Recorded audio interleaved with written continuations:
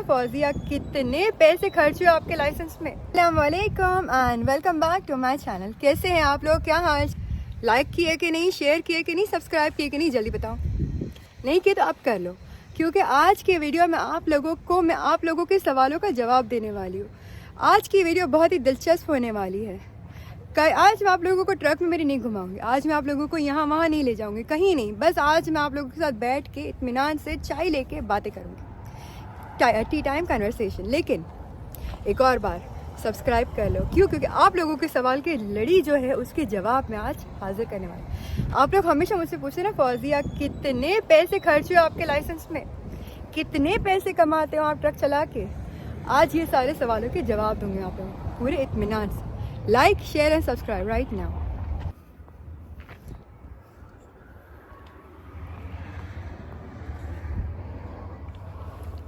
पिछली बार ना जब मैं ऐसी चाय के साथ वीडियो बना रही थी, मुझे किसी ने कमेंट किया कि आपके हाथ में चाय देख के फौजिया पता चलता है कि उसने किसी से सुना था कि ट्रक ड्राइवरों को चाय बहुत पसंद है।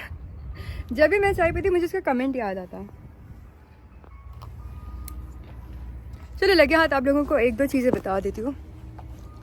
वैसे ही चाय का ब्रेक चल रहा है। देखिए, हर बार ना मुझे ज़्यादातर कमेंट आता है, लोग मुझे पूछते हैं कि फौजिया जब तुमने ट्रक का लाइसेंस लिया, कैसे लिया, क्या क्या प्रोसीजर थे और कितने खर्चे हुए, और अगर ट्रक ड्राइवर बन गए तो कैसी कमाई कैसी होती है। पहले तो मैं आप लोगों को एक बात बता देती हूँ, अगर आदमी हो या औरत, कानून हर एक के लिए सेम, इम्तिहान हर एक के लिए सेम, फीस हर एक के लिए सेम, ठीक है। तो अगर आप फाइल ओपन करना चाहते हैं और ट्रक ड्राइवर बनना चाहते हैं मेरी तरह, तो आप भी वही सब चीज़ों से गुजरोगे जिससे मैं गुजरी हूँ। पहली चीज़ तो देखो, आप लोगों ने क्या करना होता है। अब मैं आप लोगों को बता दूँ, सबसे पहले आपने करना क्या था। सबसे पहले आपने जाना होता है पुलिस हेडक्वार्टर्स। वहाँ जाके आपने कहना होता है कि आपने कौन सा लाइसेंस निकाला। लाइसेंस भी बहुत किस्म के होते हैं, हैवी में भी लाइसेंस अलग अलग होते हैं। बस का होता है, मशीनरी ट्रक का होता है, मशीन का होता है, ट्रक का होता है, हैवी ट्रक का होता है, मैनुअल ट्रक का होता है, ऑटोमेटिक ट्रक का होता है। ये सब में से पहले आपने खुद सोचना है, दिमाग आपने बना लेना है कि आपने लाइसेंस किस चीज़ का निकालना है। उसके हिसाब से आप फिर जाएंगे वहाँ पे, आपने अप्लाई करना है। आपने कहना है कि मुझे, जैसे मैंने कहा मुझे ट्रक का लाइसेंस चाहिए, तो उन लोगों ने मुझे कहा कि आप पहले के ज़माने, मुझे जहाँ तक सुनने आया, मैं आपको बता रही हूँ, देखो मुझे नहीं पता, लेकिन मेरे को ये वाली चीज़ सुनने आई थी कि मेरी खुद टीचर से मैंने सुनी थी कि अगर ट्रक का लाइसेंस निकालना है तो पहले मैनुअल का लाइसेंस होना ज़रूरी होता था। बहुत इजी काम, आसान हो गया। अभी आप सीधा डायरेक्टली जाके ट्रक के लिए ट्रक का लाइसेंस निकाल सकते हैं। मेरा खुद का छोटी गाड़ी का लाइसेंस 9 साल का ऑलमोस्ट है, अल्हम्दुलिल्लाह। 10 नहीं हुआ, अब मुझे इतना याद है कि 10 नहीं हुआ, क्योंकि अभी तक रेन्यू नहीं किया मैंने, तो मुझे याद है कि 10 नहीं हुआ, 9 साढ़े 8 साल ऐसे कुछ का है, लेकिन ऑटोमेटिक गियर का है, ऑटोमेटिक छोटे गाड़ी का लाइसेंस। अब मैंने निकालना है, जब मैं तभी की बात करूँ, जब मैंने निकालना था ट्रक का, मैंने कहा उसमें ऑप्शन था, ऑटोमेटिक भी था, मैनुअल भी था। मैंने कहा कि एक ही बार में दोनों काम हो जाएंगे मेरे, मैं मैनुअल भी सीख जाऊंगी। मैंने डायरेक्टली ट्रक का लाइसेंस के लिए अप्लाई किया। मैंने क्या किया, मैंने अपने मोबाइल में एप्लीकेशन डाउनलोड किया, मोई एप्लीकेशन डाउनलोड किया। उसमें डायरेक्टली मैंने खुद चूज़ किया कि मुझे कौन सा लाइसेंस निकालना है। अब मैंने वो लाइसेंस के लिए फ़ाइल ओपन किया एप्लीकेशन के अंदर। उसके अंदर मैंने जब लिखा मुझे चाहिए कि ट्रक का लाइसेंस चाहिए, तो मुझे उसमें बोला गया कि आपने ठीक है आपने ओपन कर लिया, अब आप पहले जाके आई टेस्ट कराएं। अब आप छोटी गाड़ी, कोई भी गाड़ी का आप लाइसेंस खोलो तो पहले आपको आई टेस्ट करना होता है, लेकिन क्योंकि मुझे बड़ी गाड़ी का लाइसेंस चाहिए तो मुझे आई टेस्ट के अलावा फिटनेस टेस्ट भी करनी पड़ी, जो कि बड़ी के लिए ज़रूरत होती, छोटी के लिए नहीं। तो मैंने आई टेस्ट करवाई, उसके बाद मेरी फिटनेस टेस्ट हुई। उसके बाद सब टेस्ट होने के बाद अपने आप पेपर उसमें एप्लीकेशन अपलोड हो जाते हैं, आपने कहीं जाके मेहनत करनी नहीं होती ये सब में। लेकिन अब अलग अलग खर्च होते हैं, आई टेस्ट का अलग फ़ीस होती है, फिज़िकल टेस्ट की अलग फ़ीस होती है, हॉस्पिटल में जाके करनी होती है वो सब। इसके अलावा अब क्या होता है, अब आपने ये सारे टेस्ट पास कर लिए, फिज़िकल आई टेस्ट पास कर लिए, अब आपने जाके ओपन करनी होती, अपनी जानी होती है एकेडमी में। एकेडमी में जाने के बाद आपको क्या होता है, रूल्स सिखाए जाते हैं। पहले तो रूल्स सिखाए जाते हैं, सेफ्टी रूल्स सिखाए जाते हैं, सेफ्टी बेल्ट का मतलब सिखाया जाता है, बहुत सारी चीज़ सिखाई जाती है। लेकिन जिसका इम्तिहान आपको वहीं एकेडमी में देना होता है, कंप्यूटर पर बैठ के सिर्फ ऑप्शन चूज़ करने होते हैं। वो इम्तिहान पास करने के बाद उसमें भी खर्च होता है, कुछ 800 से 900 कुछ खर्च होता है, वो भी उसके बाद आपने क्या करना होता है, वो पास करने के बाद आपने फिर जाना होता है स्कूल में, ड्राइविंग स्कूल में। ड्राइविंग स्कूल में जाने के बाद कम से कम आपको पहले 6 क्लास लेने होता है मिनिमम, हाँ 6 क्लास लेने होता है पार्किंग रिवर्स के लिए। अगर आपने 6 क्लास लिए तो ही आप पुलिस के पास जाके फिर अप्लाई कर सकते हैं एग्ज़ाम के लिए।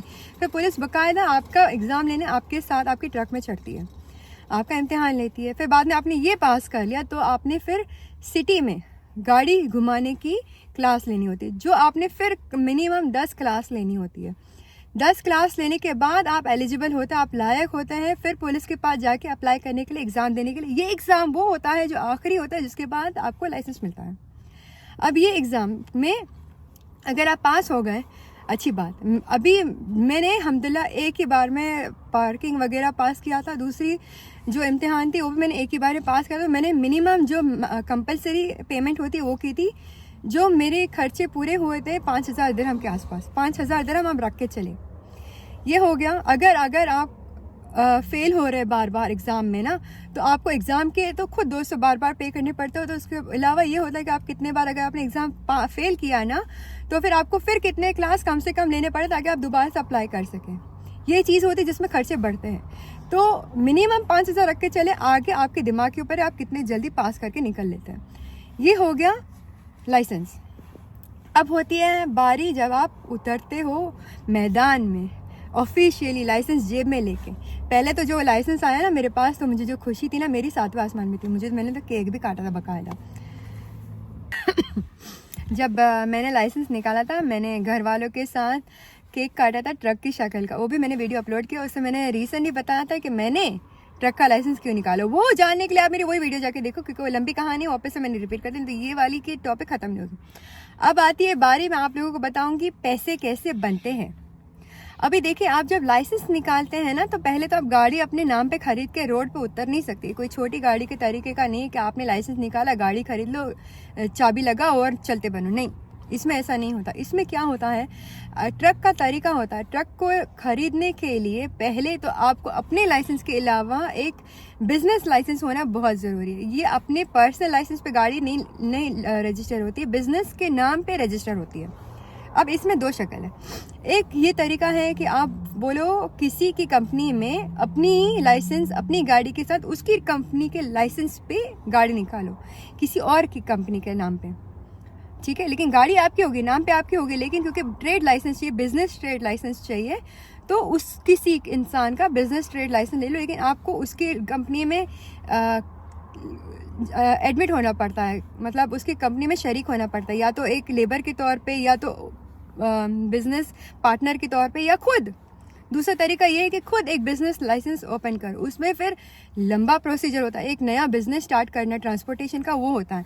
अगर आप एक नया बिजनेस बनाओ तो पहले आपको दुकान चूज़ करनी पड़ती है, उसके ऊपर फिर आपने लाइसेंस निकालना पड़ता है। उसके लिए पहले आपको अप्रूवल चाहिए, दुकान चूज़ करो, दुकान की लोकेशन के लिए अप्रूवल लो, बाद में लाइसेंस खोलो, लाइसेंस के खर्चे अलग, वो बहुत लंबा प्रोसीजर है।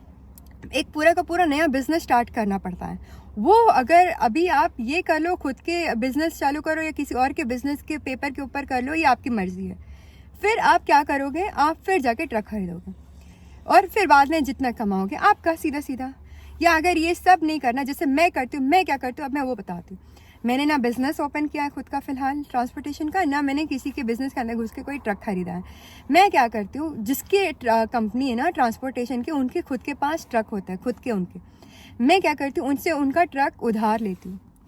ये रेंट कार नहीं होता है, वैसे रेंट ट्रक लेती हूँ, ठीक है ना। ट्रक रेंट पे ले लिया मैंने, बोलो मेरे पास एक कॉन्ट्रैक्ट आया सामान का, बोलो रासल खेमा से अबू धाबी तक का, जैसे लास्ट वाला जो था। लेकिन मैंने लास्ट वाला जो मेरा प्रोजेक्ट था मैंने शेयर किया था, हाफ करके लिया था, तो उसका मेरा थोड़ा खर्चा पैसे कम निकले थे, लेकिन मेहनत भी मैंने उसमें थोड़ी कम की थी, सच बता रही हूँ।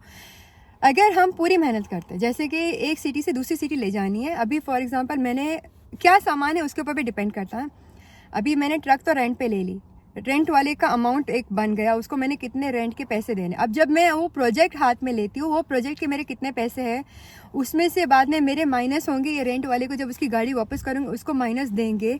जो सामान मैंने जाके उतारा, वो सामान का मुझे पैसे तो दिया, लेकिन मुझे खुद को भी देना है, क्योंकि मेरे खुद के घर से सामान नहीं दिया ना मैंने कहीं से सामान उठा के कहीं दिया है, तो उसको भी उसके सामान के पैसे देने हैं। वो सब कटाने के बाद जो बचा वो मेरे मेहनत के मेरे पैसे। लेकिन वो थोड़ी अमाउंट होती है, क्योंकि ना गाड़ी मेरी, ना बिजनेस मेरा, ना सामान मेरा, सबको अपना अपना हक दे के बाद में जब मेरा हिस्सा बचा तो वो बहुत कम रह गया। लेकिन अगर मैं ये कम जमा कर करके एक दिन खुद का ट्रांसपोर्टेशन भी बना लूँगी इंशाल्लाह, अल्लाहु आलम, आप लोगों की दुआ है ना मेरे साथ, फिर बाद में ये एक तरीका होता है। और अब मैं आप लोगों को एक और चीज़ बता दूँ, एक ना कमीशन भी चीज़ होती है। कमीशन जैसे कि अगर बोलो मेरे ट्रक में, जैसे मैंने रेत की ट्रांसपोर्टेशन की कॉन्ट्रैक्ट ले ली, तो उसमें ना 3.5% का कुछ कमीशन मेरा निकलता है। कैसे, मैं आपको ट्रक के साथ साथ समझाती हूँ। मेरी ट्रक अभी थोड़ी देर में समझाती हूँ, वो भी चीज़ दिखा के ट्रक को लेकर, क्योंकि हर वक्त मुझे लोग पूछते हैं कि पैसे कमाने का जो तरीका कैसे कैलकुलेट होता है ट्रकों में।